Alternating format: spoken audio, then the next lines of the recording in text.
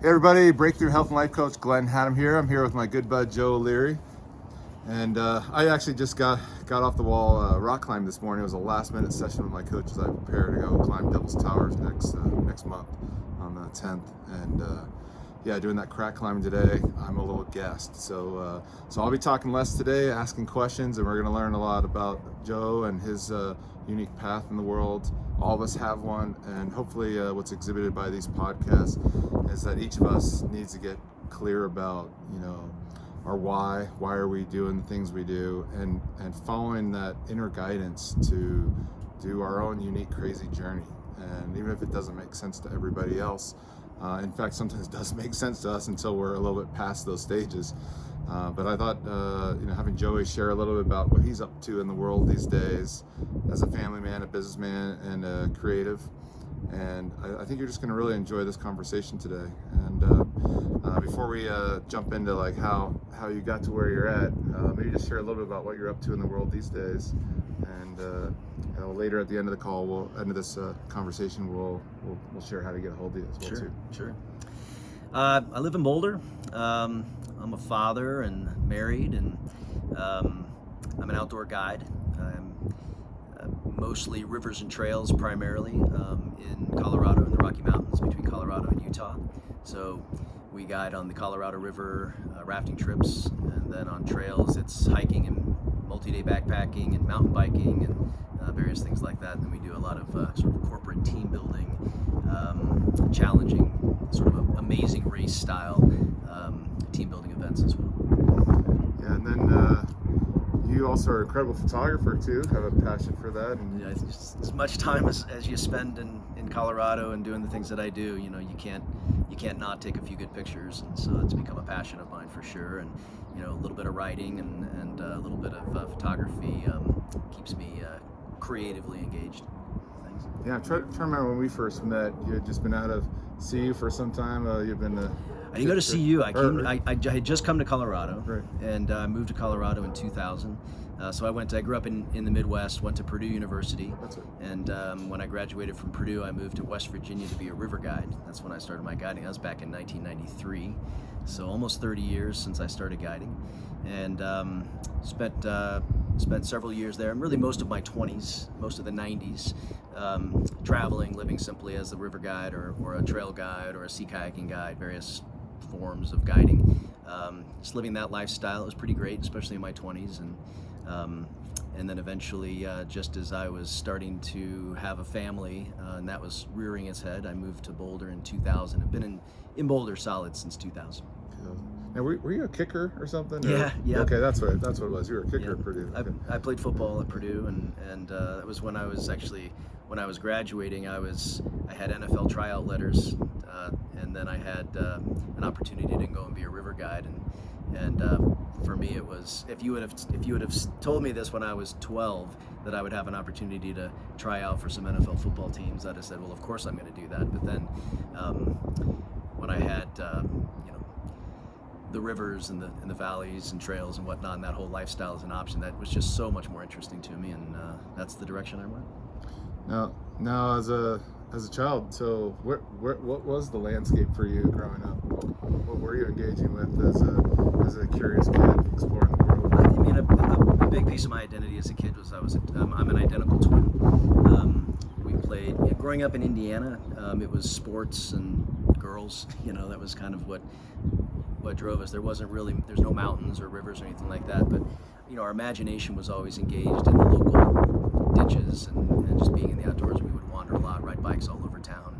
Yeah, I was that generation too. We were like, get out, don't come back home before dark. And that's what it was. Mom had a cowbell that she would ring, and my mom would yell when dinner was ready. Yeah, same thing.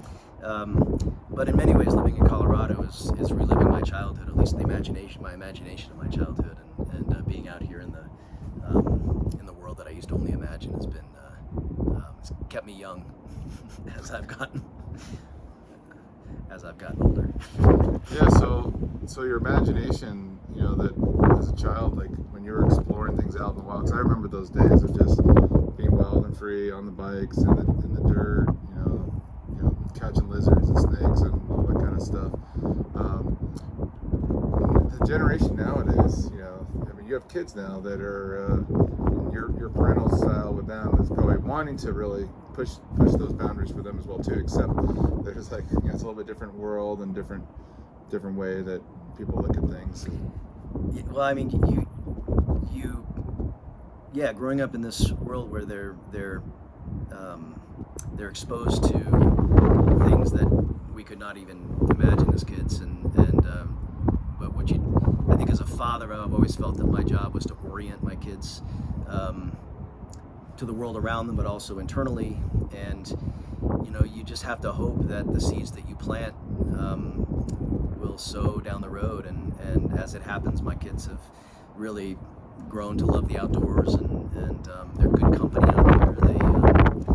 They show up and they engage and they have their own ideas, and a little bit of be careful what you wish for, you know, because you know what can happen out there that's not always ideal. But I think them going out into the world, my older son is 21, is a junior in college in Oregon. My younger son's just getting ready to graduate high school, and it's this ongoing check-in with them to see, you know, are you ready to go? You know, are you ready to be gone? I'll always be there and available to support them as a, you know, as a parent, but you know, you hope that at that point that they launch, that they're ready to take it on and solve problems on their own, and come to you when they're having a hard time solving those problems. And you know, so far so good, but you know, you'll never not worry in that way. And but you hope that the time in the outdoors has taught them enough about themselves and given them enough self-confidence to figure things out as they go. Yeah, it sounds like you've installed quite the adventure in them, and at the same time, you've done a lot of men's work and a lot of other things. So, bestowing them these attributes that maybe you didn't have growing up, that you had to have reflected. You know, for me and yourself, like later in life, you know, you get in relationship dynamics, and you find that you didn't escape maybe some of those family dynamics and you know, some of those things that are ancestral that we've inherited and that don't work anymore in adulthood. And through so many, you know, relationships that didn't work, we find ourselves doing the work Right. For ourselves. And you know, this hub, Boulder, is a hub of a lot of creative avenues to really do what I like to call the deeper work. You know, it's spending a life externally focused and stimulated, to then finding a fascination with the world between your ears, learning how to drop in your heart space, learning to get connected with all of what's going on in your body. And I think through that, you know, that work that you've been able to do and lean into, that's translating to your kids, you know, at an earlier stage in life. Thank God. So. Yeah, well, absolutely. I mean, you talk about the inherited, what I would say, you know, the inherited belief systems, and we have this natural cognitive sort of journey that we go to, that when we're born, you know, you're born into your intuition brain, you know, and as you develop cognitively, you start to form your own thoughts and independent thoughts, and then those thoughts lead to beliefs, and those beliefs lead to opinions.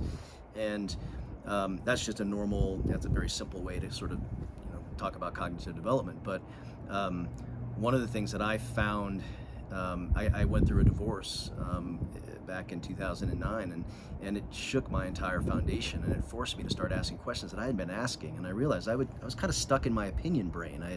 I had grown up, and I wasn't going back and checking my intuition and challenging my thoughts and belief systems and everything. And then with my kids being in my life, you know, they really forced me to check how I was being, and was I being the best version of myself, and what example am I setting here, and you know, where have I gotten myself in my life where I'm not in control of what's happening day to day. And so I had to really do a lot of work to get a grasp of that again, and then kind of create a system of thinking and choices and boundaries, really, that helped me at least maintain some semblance of integrity and growth and progress in life. And that was my kids for sure have always been a waypoint for me to check into that and actually challenge my own belief systems. That's hugely important for me. Yeah, I'm sure. You know, I'm single ladies, not married, don't have kids. But as a married man, you also have, you know, the impact on your current relationship, but also the growth that you're wanting to see that's being reflected back to you anyways from your kids. it's like you have to do this work. You have to do it. I'm remarried now, and that relationship is just such an evolution from what I had been before, and that's because I had really done a lot of my own personal work and kind of figured out who I was and reclaimed my self-image, and I'm also committed to growing my whole life, every aspect of my life, every part of me, but also for the remainder. A lot of folks stop asking questions and stop challenging. This is who I am. And this critiquing. Is the way it is. That's right. These are my limits. That's right. Exactly. And the world tends to get smaller. And so, if from a grow your whole life mantra or perspective or commitment, I'm constantly checking myself and exploring how to be a better version of myself at any given time, and that is not you can't just sit down and let the world come to you. You got to start creating your own reality at that point. So let me ask you, like, what maybe like an example of kind of a messy time when like you had to do this work? Because I found for me, I often chose this work when I felt internally forced to. Like I had to grow or I was going to die. You always hear these motivational talks, grow or die. And it was literally like, no, seriously, like if I don't grow, like I'm effed. Yeah. And maybe think of maybe a time in your life or an experience, because it's not like sunshine and roses when you're having to put in work on yourself. Yes, well, I've had a few. I've had a bazillion. I've had a lot. I mean, probably two of the most profound ones for me were when I was playing football in college. I played my last 2 years, and my junior year, I ended the season against our rivals, having missed a field goal at the end of the game that would have won the game, but we lost, and it wrecked me. I mean, I was ready for public success. I wasn't ready for public humiliation. And so I experienced, I played in the Big Ten. It's major college football, and games are on TV, and there's 70 to 100,000 fans there, and public failure is not something you really prepare for in that way, and so I had to go through that's a whole other story that I don't know that we have time for, but I ended up with support, and that's huge.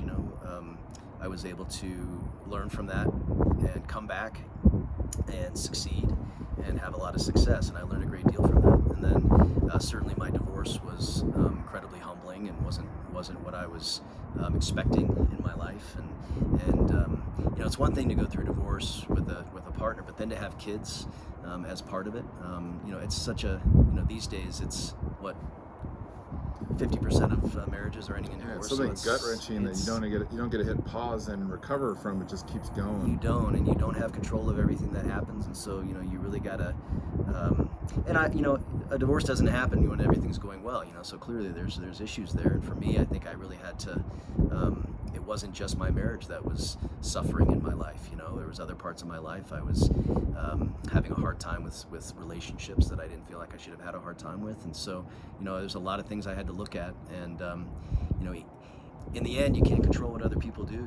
You gotta point thumbs and look in the mirror, and I did a lot of that, and I had to spend a lot of time just not looking good and just be okay with not looking good, and that was hard for a number of years, but I started to. There was a point where I stopped shrinking and started to grow and started to put the pieces together and rebuild, and my life is so great right now, but it took a while, and you had to hang out in the. I always like to say it's not a dark night of the soul; it's a dark season. It's a dark decade sometimes. Yeah. To go from normally pointing the finger at everything else outside yourself, so you don't have to feel or face that discomforting those pains you've been running from your whole lifetime. Yeah, and well, it's a journey of transformation. You try to put together little tiny transformations, ongoing, and as those build, they start to become bigger transformations, and that was how it had to go for me, and I had a lot. I was late 30s when I went through my divorce, and just realized there were so many areas of my life that I hadn't even that were available to me that I hadn't really even explored, and it's become my divorce has become one of the most important aspects of my life. It's one of the most painful, and I don't want to do it again. And but as it turns out, it was certainly a blessing. It woke me up, that's for sure. And I wasn't asking good questions. I wasn't thinking critically about my life. Yeah. So now you ask smarter questions. You ask smarter questions of yourself, of your partner. There's a different level of commitment to your highest self in this relationship. Yep. And that requires. I always feel like we go from kind of tactical approaches to more of a self-mastery, focusing on. I look at, like, in the day, like, where's my alignment with my personal integrity of what I know works for me, and kind of running those checks and balances as often as possible to make those micro adjustments. Otherwise, I've got big adjustments, or I'm going to get hit with some whammies of things where I've been out of whack. You get that. Everything catches up quicker as you get older. You get smacked with the reality of your choices aren't working. You get that compounding effect starts happening a little sooner now because you stacked up a lot previously. Right. Well, you talk about dating, or just in your relationship life. When I eventually started dating after my divorce, and before I met my now wife, that was a whole process in itself with figuring out where this was going and what was necessary. And for a long time I was like, oh, I'm never going to get married again. And that was a bit extreme, but I started really focusing more on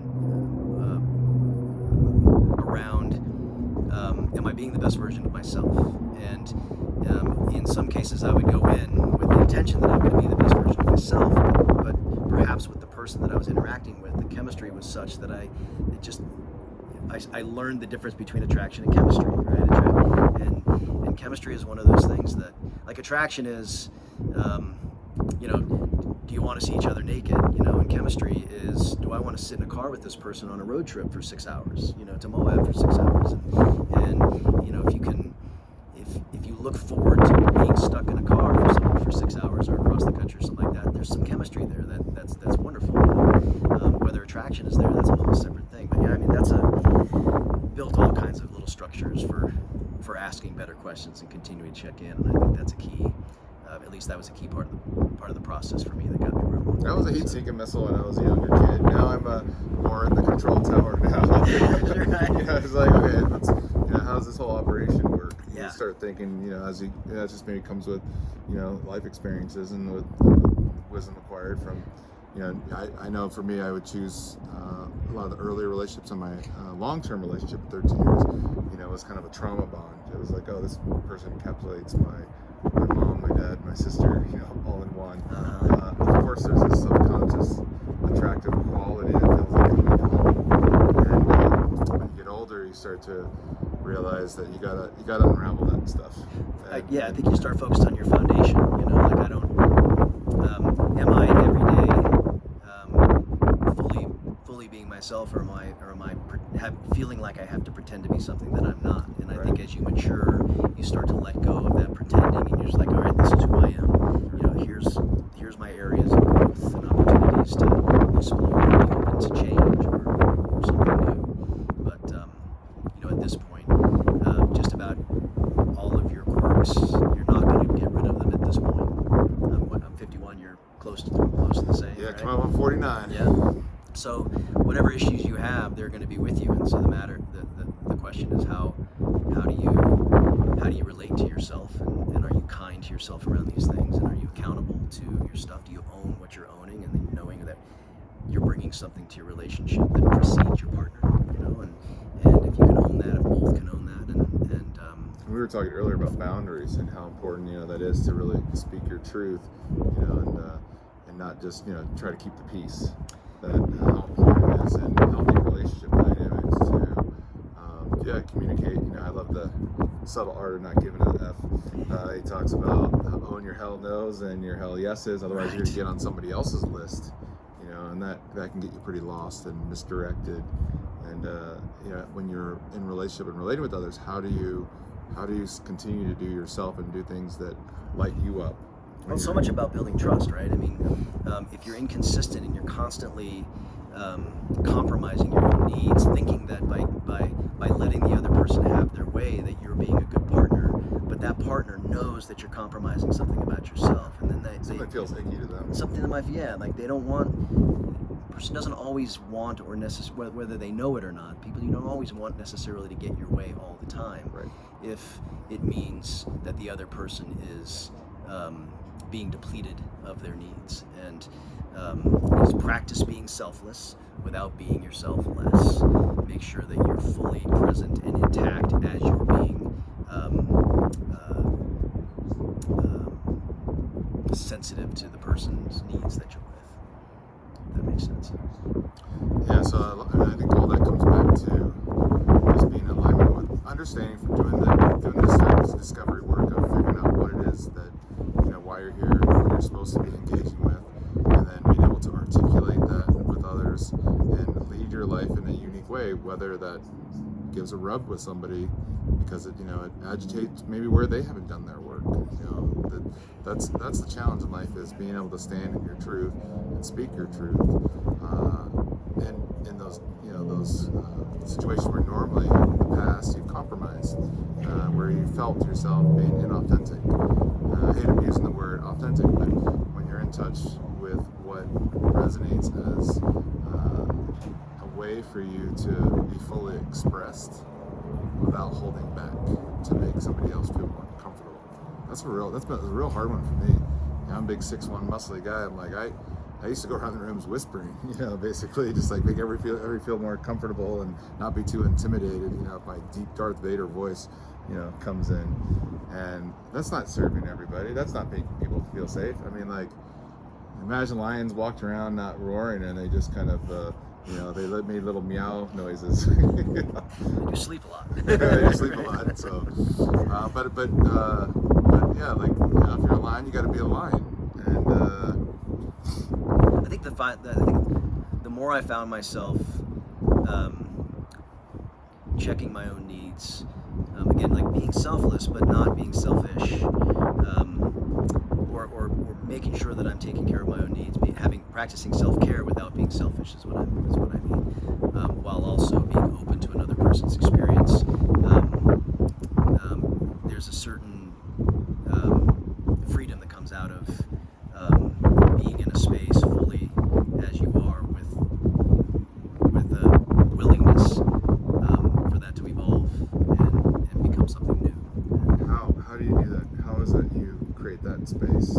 How is it that you're showing up? What is it that you lean on and trust in those difficult conversations or situations where you're trying to honor yourself and others? Everyone's got these unique experiences. I'm having this experience in my bubble. They're having their experience, and we're going to do a shared bubble experience. Right. How do you? What guides you? I'll give you an example. Actually, I was dating a woman years ago, and again after my divorce, before I met my wife, and there was this. I had this mantra that was, be kind, be present, be respectful, be loving. And I thought in my head, well, how can you go wrong, right? How can you go wrong being those things? And I was being all of those things, and I was just uncomfortable, and I didn't feel secure in that relationship. And finally one day it dawned on me that I was being all of those things with her, but I wasn't being those things with myself. And so my mantra shifted to rigorously with another and simultaneously with yourself. Be kind, be present, be respectful, be loving. And as soon as I turned that back onto myself, I was like, oh, I saw where I wasn't being that. I called her, we broke up, we had this like kind, present, respectful, loving conversation about what was happening, and I expressed what wasn't working for me. She got it. She to her credit wasn't ready to sort of shift her direction and what she was trying to do, and we had this wonderful, loving breakup. We're still friends today, and I felt so free and so empowered by doing that. And so holding that mantra, something like that, rigorously with another and simultaneously with yourself, be the things that you feel like. And even starting with yourself, versus don't forget myself too. Yeah. It's like actually like kind of start from me. I used to like, I was always very clear about my purpose, but it was very outward focused. It was all about here's how I can show up, and I'm of value to everyone because if I do these things for you and I give this energy to you, be kind and generous with all these things. I'm here to be used up by you. But I was like, okay, I gotta make sure that my tank's full, that Yeah. remains full. Yeah. Well, I think a lot of, for me, another thing I realized I was carrying with me out of my divorce is that in my marriage, I just assumed that the marriage was going to take care of me, and that it was going to be the safe place for me, and I didn't really have to worry about the relationship growing. And when I learned that if both people are taking from the marriage, and not both people are giving to the marriage, and not individuals are being honored, separately and in conjunction with all of that, the marriage became depleted because we were both taking from it. It's no longer life-giving. Exactly. And so that you're growth, not making deposits on a regular basis. Exactly. So it's like where two become one, as opposed to two becoming four entities. And Right. and our relationship was a reduction of what it could be versus an expansion. And so honoring each individual and the relationship, and then this sort of fourth dimension, almost like an objective witness, where the two of you together can assess the needs of the whole in a way that's almost objective. Versus kind of like the soulmate of I'm coming in as your half and you're the other half, and then we make one, and then we smother each other, and it's like two fishes trying to swim on top of each other. It's this big romantic idea that two become one, and all that is a reduction of what's possible. If two become four, it's an expansion. It's that growth and expansion that is so much more energizing. And I think that's one of the keys to living a good life, is just continuing to grow and expand and explore and try new things and fail and be uncomfortable and all of those things. And there's so much benefit that comes out of it. Now, how might our audience get a hold of you if they wanted to go on an adventure and sit around a fire and not have some BS conversation, but like get right down to the heart of things in your life, to get out in the wild, get away from the technology, and to have a really, I find somebody gets an opportunity to sit with you. That's part of it. Yeah. But to be able to share space with you, it's going to be a transformative experience. You might think it's transformative because you're going somewhere you've never been, because I know you take people on extraordinary adventures, and they get an opportunity to really shed some skin and face some fears and so many things. But also around the fire, the conversations with you are going to be really real and penetrating. Just getting out of your routine, and being out of that space. There's a couple ways. My guiding I do through a company called Colorado Wilderness Rides and Guides, based in Boulder. You just go coloradowildernessridesandguides.com. You'll find us. My photography, I'm on Instagram. Wiser Amuser is my call sign. Wiser Amuser. I have a Facebook page for Wiser Amuser, and that's where I post my photography and whatnot. And I'm happy to interact. And all of the outdoor wilderness trips that we do are pretty much every trip is custom. So anywhere from day hikes to multi-day backpacking trips, mountain biking trips, to river trips, single day, multi-day. We do a lot of corporate team building, which is just fascinating, as I mentioned before. So every trip is custom, every trip is different, every group is different, and every season is different. So there's endless opportunities to learn something new about yourself and the world you live in, for sure. Yeah, just stay tuned. You'll catch me on some experiences. I'll be going on some adventures with him this year. It's COVID times are kind of, the gates are open. Everybody's ready to get out of their living rooms. Maybe get a couple pictures from him to put on your wall to inspire you to get out, and then signing up for an incredible trip. Is there a number they could also reach out to if they wanted to get a hold of you? Or my number's, I'll just get my number is 720-231-9825. Hello world. Yeah. Okay. 5 million viewers. 5 million, yeah, right. But that's my cell phone number if you send me a text or something, you have any inquiry. But I would say if you're interested in some of the outdoor stuff, start with, you can reach out to me on that Instagram page, and then coloradowildernessridesandguides.com is a good place to see what kinds of things we do. And feel free to reach out directly to me or call the office. And I don't exactly remember the name of the office or the number of the office, but it's right there on the website. So highly recommend that. Anywhere from your own personal private trips to corporate team building, getting groups together, men's groups. We did a really powerful river trip last year with a group of men that was just transformative for me, just as well as anybody else there. One guy in particular had multiple times faced a deep fear of heights that froze him, literally froze him for periods of time before he actually was able to overcome that with support of the group. And I think some of the most powerful experiences is when a group goes into something like that intentionally, where each of them has something to work on, whether it's their group dynamics or some personal things, and as a group work through those things together, have an adventure, and you can't go back to being the person you were or the group that you were before. They're truly transformational. Well, I think that's good for today. He's a good dude to reach out to and connect with, whether you just want to explore and start planting the seeds for whether it's this year or next year's trip. He'll get the wheels spinning for you. I know for myself, I'm going to be facing my own fears. I had fear of heights, and you'll get to witness me freezing up on 500 feet up. Devil's Tower, huh? Yeah, but I tell you what, if you get an opportunity to have a guide take you somewhere you've never been, take you in a way that you've never been, you're gonna experience a side of yourself that's been there this whole time, waiting, dormant, aching, yearning to come out. We got this one life to have an adventure. Get the adventures going with this man right here. Get outside. And we'll see you soon. Alone or with someone.